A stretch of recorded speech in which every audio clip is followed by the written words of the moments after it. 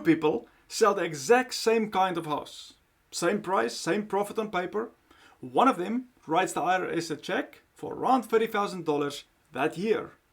The other one doesn't. Not that year anyway, and maybe not for years after that. Same deal, same numbers, completely different outcomes. Nobody tells the first seller a different outcome was even on the table. They just assume the tax bill is the tax bill. That's what's selling cost. End of story. I think about a landlord I worked with a few years back. Owned a duplex for over a decade. Decided it was finally time to sell and move the equity into something else. The deal closed clean. He walked away with a check. Felt great about it for a better part of a year. Then tax season hit. And the number on that form didn't match the number in his head. He wasn't careless. He wasn't bad with money. He just never had anyone explain that the way you sell changes the bill you get.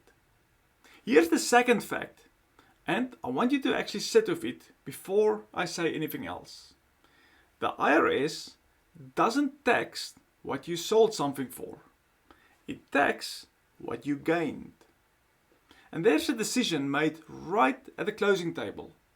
Not hidden, not exotic, just usually never mentioned.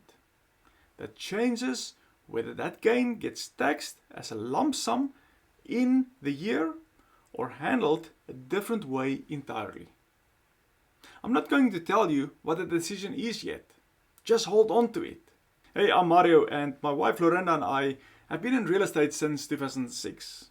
Buying, selling, holding, learning some of this the hard way, more than once.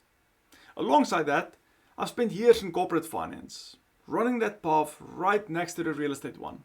It's not glamorous work on either side. Spreadsheets on the one hand, tenant calls on the other. But running both taught me to slow down before a decision this size and ask what the paperwork is actually doing, not just what it says. And if there's one thing both worlds have taught me the same lesson on, it's this. The people who keep more of what they earn aren't doing anything sneaky. They just understand the structure. That's the entire gap between the two sellers I just described. So let's actually build it out.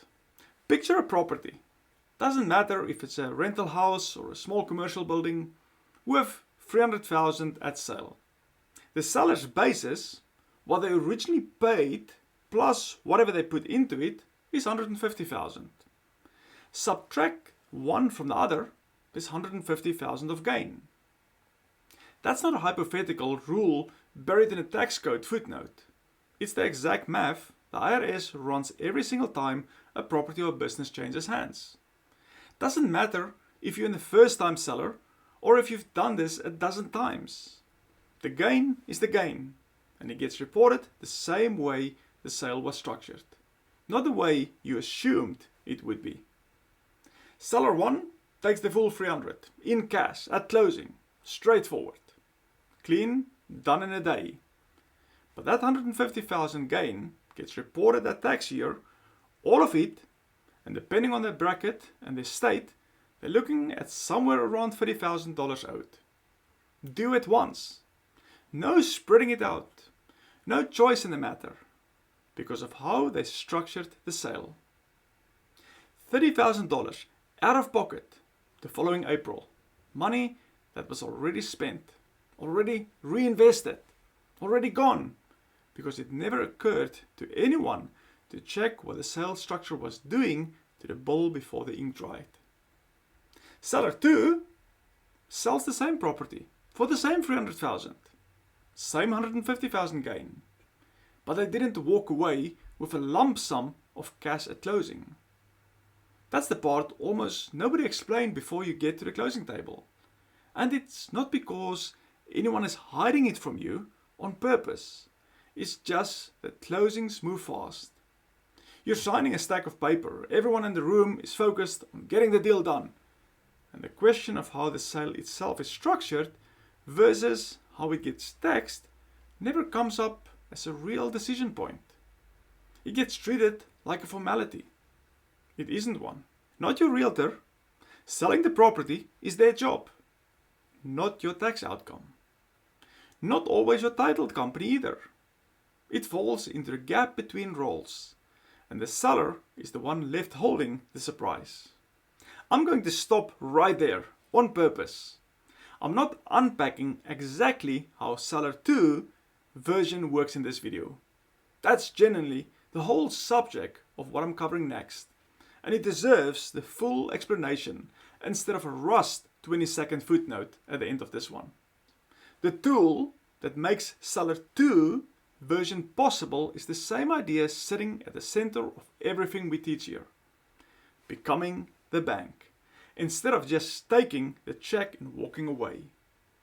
This channel exists because the gap keeps costing real people real money, quietly every single year. And it's completely avoidable once you know it's there. If you've ever sold a property, or you're thinking about selling one, and nobody have walked you through this before the closing table, that's exactly why this channel exists. We're not here to just sell you a course and disappear.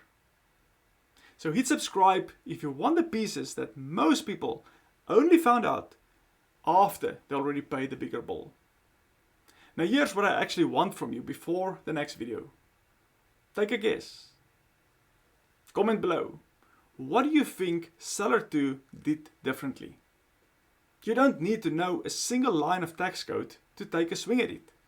Just tell me your theory. I read every comment, and honestly, some of you are going to land closer to it than you expect. If you want a fuller picture before then, how this actually connects to notes, how a seller becomes a lender instead of just a seller, what becoming the bank really looks like in practice, there's a free 5-day challenge that walks through the real mechanics from the ground up. No fluff, no obligation. The link is right there in the description. If this one changed how you looked at your next closing table, that's worth a share. Send it to someone who's thinking about selling, because this is exactly the kind of thing you want to know before the paperwork, not after. And generally, thank you for spending the time with me. This channel is built by people asking real questions in the comments, and every one of you who does that makes it better for the next person who finds this. Drop your guess below. I mean it. I want to see what you come up with. And if you ever want to talk through your own situation directly, my door is open. That's what the real conversation is for. I'll see you in the next video where we open this whole thing up.